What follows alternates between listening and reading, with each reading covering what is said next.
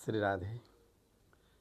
एउटा कुवामा धेरै भ्यागुताहरू बस्दा रहेछन्। एक दिन एउटा हाँस उडेर त्यो ठाउँमा आइपुगेछ। अनि हाँस उडेर आएर बसिरहेको थियो डिलमा। भ्यागुताहरूले प्रश्न गरेछन्, तिमी कहाँ बस्छौ? हाँसले भनेछ, म समुद्रमा बस्छु। भ्यागुताहरूले प्रश्न गरे, अनि यो समुद्र यो हाम्रो कुवाभन्दा पनि ठुलो छ भनेर प्रश्न गर्दा हाँसले भनेछ, ठुलो छ। कति ठुलो छ? भनेको यो कुवाभन्दा त विशाल ठुलो छ। कति ठुलो?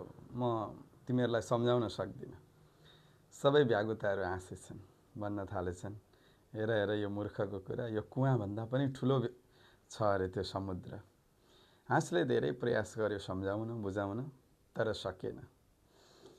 कहिलेकाहीँ हामी हाम्रो समाजमा भएका केही व्यक्तिहरू जो सङ्कुचित सोच भएका हुन्छन्, उनीहरूलाई कहिले पनि सम्झाउन सक्दैनौँ, कहिले पनि बुझाउन सक्दैनौँ कि योभन्दा राम्रो संसार पनि छ।